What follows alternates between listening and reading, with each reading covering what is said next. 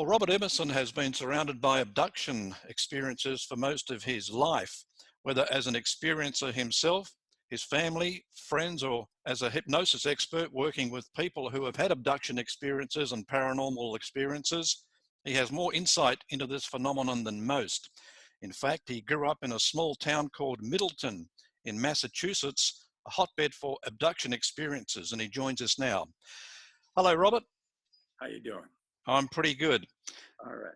Well, let's talk firstly about your former hometown of Middleton. I took a quick look when you said it was in Massachusetts to see where it was in relation to the Bridgewater Triangle area, which is actually south of Middleton, but it's an area that's a real hotbed for paranormal and UFO type events, but Middleton is just outside that area. So tell us a bit about the early days of Middleton. Okay, well, when this was back in the 60s and actually through the 70s, and the first thing you need to understand is nobody talked about it. That's number one. Mm-hmm. Now, an example. On my street alone, there was a ton of activity. Nobody talked about it.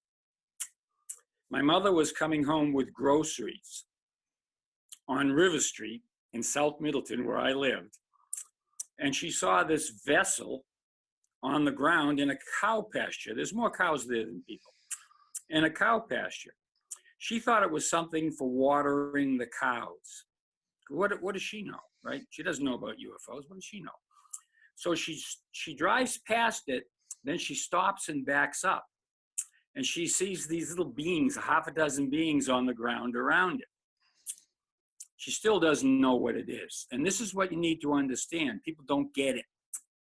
They don't talk about it. Now, she was afraid to talk about this until she was in her 80s and had some back surgery and was on a medication.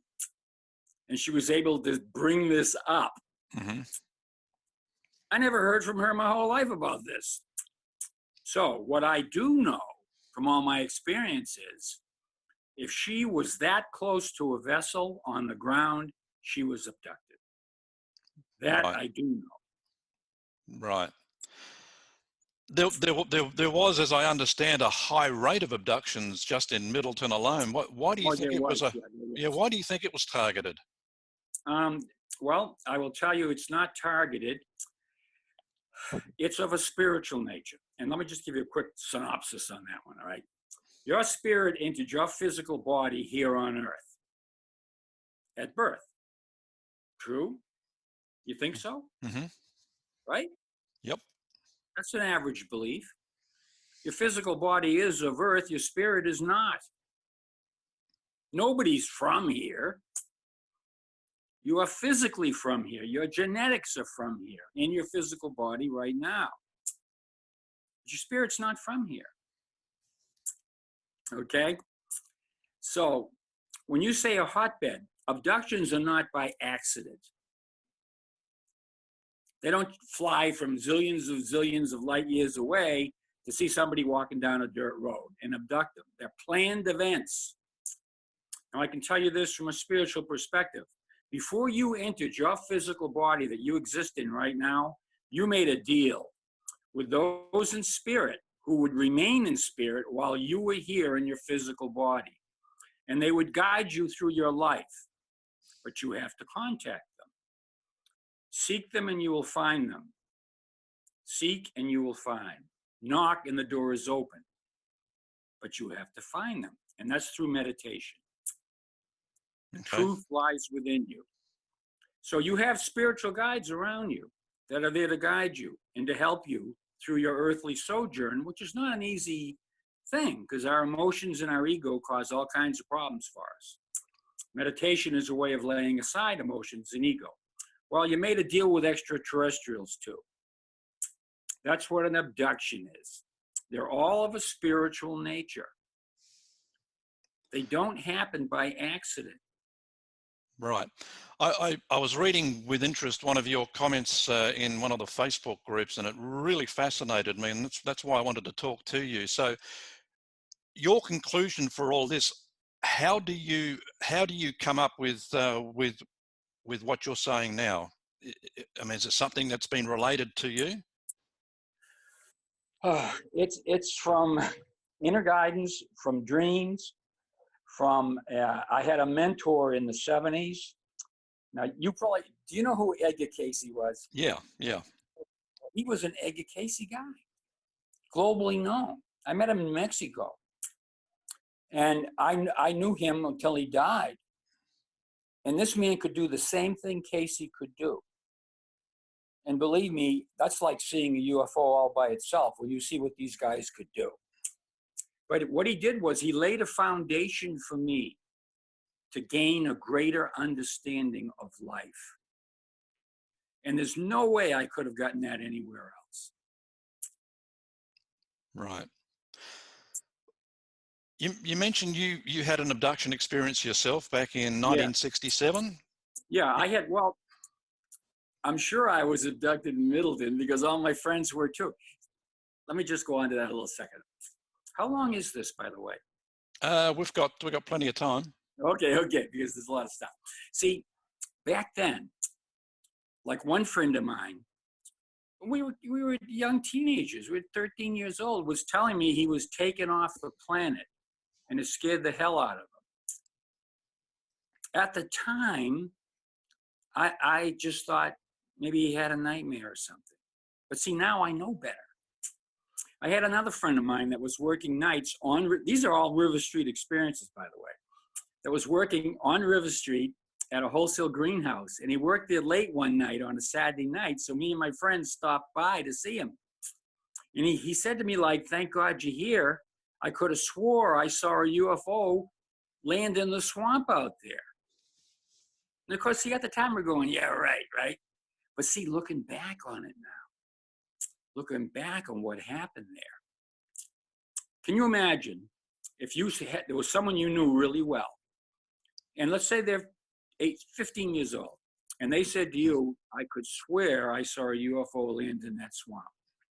With our intelligence today, I'd be all questions. For sure. What do you mean? What did it look like? Did you hear any sound? Right? But see, back then we just wrote it off. And lots of stuff like that just got wrote off. People didn't talk about it.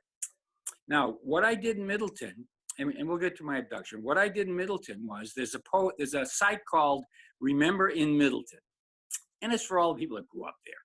And we're talking about the ice cream stand and the drive-in theater. That's what they talk about on this site. Well, I put a post on there. Does anybody remember having a UFO experience? I got flooded with people I know. I got all kinds of people telling me, oh God, I saw one across the street. And, I got not something, this is not way up in the sky and it could be the space station or some twinkling star. This is up close, down and dirty. I got a lot of feedback from them. Now, on my street, MUFON did a 5-page article on this family called the Goulds, who were a neighbor of mine. I never knew they did that. They did that in the 60s. And because this guy, I didn't even know who MUFON was. But I have the article. And they talked about him having multiple visitations. It's 5 pages long. Right. 2 different types of vessels. And, looking, you can see all this. See, back in the 60s, nobody talked about this stuff. No. See? Today, with today's mind, I'd be over there knocking on his door, like, what's up? What happened? Yeah. So that's that. And all the activity. My father and my sister saw one right across the street from our house at treetop level. My little sister used to go with her friends alien hunting. I didn't know that. Nobody said a word. Nobody said anything about it. But now I talk to my sister. She goes, "Oh yeah, we used to go alien hunting." See. So other than MUFON, did any of the other media outlets take an interest in what was going on there? No, nobody did. Back in the 60s? No, hell no. All they had then was the Bonnie and Betty, whatever it was. Yeah, Betty and Barney Hill. Yeah, And yeah, which wasn't far from where I live. And that was within that Bridgewater Triangle area. Yeah. And my abduction was the same as theirs, I found out. Yeah. I kind of figured, because Salem's not far from you guys. Oh, Salem! One of my relatives was hung as a Salem witch. I had a business in Salem for 30 years, so I'm a Salem guy, really, you know. But don't forget about that. That has nothing to do with anything. This is all about spiritual evolvement, not about hanging witches, which is not spiritual evolvement. Yeah, yeah. So there's no, I was just going to ask. I just want to ask, Robert. On my street alone. Yep. I just want to ask with your particular experience, can you remember anything about it? No. And this is really interesting, okay? Because, well, let me tell you about, I know I was abducted in Middleton. I can't remember that at all. And that's normal, by the way. You know, as a hypnotist, I owned a factory in my life. Hypnosis was something I did on the side, but I was so busy with it. I did it for nothing. It was free. I still do it over the phone with people all over the world now. They call me about abduction things, and I put them under over the phone, and we revisit it. I've been doing this a long time. But most people that came to me as a hypnotist, and I had a reputation for working with people who had abduction experiences or paranormal events, they came to me with a paranormal event. They were driving home the same way they always drive home, and it took them an hour and a half later to get there, and there was no traffic. Scares the hell out of them. They don't want to talk about it for maybe a year or 2 years. Curiosity finally comes up. They feel a little safer. And of course, I tell them right away, you had an event. People that remember all these details, I don't trust. I don't trust them. Okay. This event is too mind-blowing. It takes you to another etherical state of mind. That's why nobody takes pictures. You don't take it. The last thing in your mind when you go through this is to take a photograph. You know what I mean? You don't think about filming anything or photographing anything. It's not even a thought in your mind. So, one quick thing. I know I'm rambling, but we're covering things here. I had a friend of mine. This is really interesting. I had a friend of mine that was a scientist. He worked for Sylvania in their R&D. This guy's got his feet on the ground. So I dated his daughter, and I used to play cards cribbage with him on Saturdays. Well, he finally wanted to try my hypnosis thing. He's a scientist, you know. Well, he goes under like you wouldn't believe. Now, I got to tell you something else that I've done since the 70s. I have regressed people into previous lives. I've seen some of my own. It's all part of the same bigger picture of your spirit entering your physical body over and over again to overcome aspects of self, to learn to be a loving being. The greatest aspiration in the universe is to learn to be a loving being. Now, so his daughter comes home. Now, she's in high school, 10th grade, just got her license. She drove home from Topsfield, a 15-minute drive.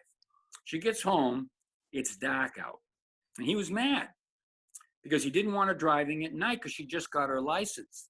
She calls up her girlfriend's house, and the mother says, oh, she went to bed an hour ago. Paranormal event, right? I know right away what happened. I know it. So I put her under, although this was like a year or so later. See, people are a little leery of all this. Let me tell you how this played out. Put her under. She's driving by our swimming hole in Middleton, and there's a vessel at treetop level. She sees. Next thing you know, there's a being from beyond. Now, I got to tell you, Greys, reptilians, we didn't deal with that. They were just extraterrestrials to us. We weren't separating them into groups. You know what I mean? Yep. Nobody was doing that back in the 60s. But there's a being from beyond standing in front of her. Now, they communicate telepathically. All right? And I've done that. That can be done. It's no big deal. It's just to crack it from a conscious level, you really kind of can't. You've got to get on an unconscious level, into your subconscious.